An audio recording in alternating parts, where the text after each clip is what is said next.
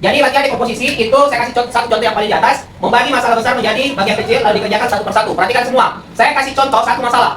Lihat baik-baik. Rizky, lihat. Masalahnya itu tempat tidur berantakan. Ini satu masalah besarnya. Oke? Dekomposisi itu membagi masalah besar menjadi bagian kecil, lalu dikerjakan satu persatu. Masalah besar ini tempat tidur berantakan, itu kita akan bagi 3 bagian kecil. Oke? Jadi kita bagi 3 bagian kecil. Satu. Yang pertama, jika tempat tidur kalian berantakan, yang pertama itu adalah hal apa yang kamu akan lakukan dulu. Yang pertama. Yang kedua, kalau sudah ada hal yang kamu akan lakukan, coba bikin lagi urutan melakukan hal yang sudah kau tulis ini. Ya, semua kan kau bikin daftarnya di sini. Di bagian kecil yang kedua, itu urutkan supaya pengerjaannya itu cepat dan rapi. Kemudian yang ketiga, kita harus punya alasan kenapa kita harus merapikan tempat tidur ini. Karena kenapa? Alasan itu selalu memberikan kita motivasi dan semangat untuk mengerjakan sesuatu. Makanya alasan itu saya masukkan di bagian kecil yang ketiga. Oke? Jadi satu masalah besar tempat tidur berantakan, kita bagi 3 komponen atau bagian kecil itu. Yang pertama hal yang dilakukan, urutan melakukannya sama alasan melakukannya. Nah, setelah itu baru bikin daftarnya dulu. Setelah kamu bikin daftar yang 3 tadi hal kecil, kita temukan solusinya. Oke? Kita temukan solusinya. Solusi yang pertama, untuk hal yang dilakukan, jadi bagian kecil yang pertama, kita sudah bikin daftarnya lagi. Yang pertama, menyusun bantal kembali, kemudian mengencangkan spray, kemudian sapu spray, kemudian memindahkan bantal, kemudian bersihkan bantal. Semua ini adalah daftar yang kita akan lakukan. Oke? Inilah solusinya. Nah, selanjutnya, bagian kecil kedua, urutan melakukannya. Urutan melakukan, ini kan daftar solusi yang kamu catat, itu kan belum tentu berurutan. Ya kan? Ini urutan solusi yang kamu catat dari bagian kecil pertama, itu belum tentu berurutan. Oke?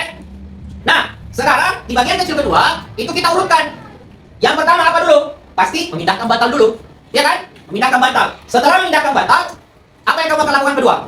Mengencangkan spray. Ya kan? Bantalnya sudah dipindahkan. Mengencangkan spray. Yang ketiga setelah spraynya kencang, baru bisa disapu spraynya. Kasihlah debu-debu dan lain sebagainya.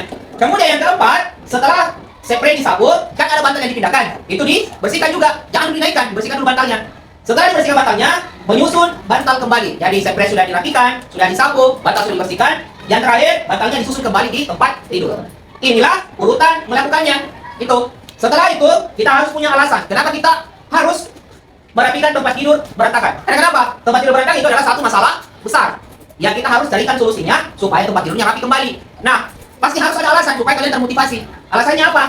Agar tempat tidur Tempat tidur bersih dan rapi serta nyaman saat digunakan kembali. Nah, inilah salah satu contoh dekomposisi dari satu masalah di kehidupan sehari-hari kalian. Paham?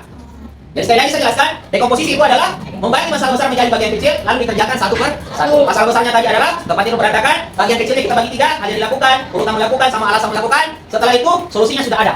Setiap poin itu ada solusinya masing-masing. Paham sampai sini? Ada pertanyaan? Di situ masih ada 3 kan? Kan 4 aja.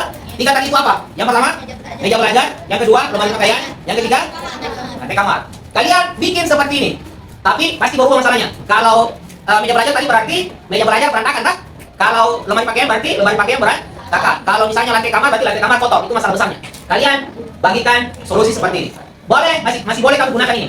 Dan bagian kecilnya masih boleh kamu gunakan. Tetapi ini pasti beda. Ya kan? Karena beda masalah pasti beda perlakuan, beda solusi. Oke? Bisa ya?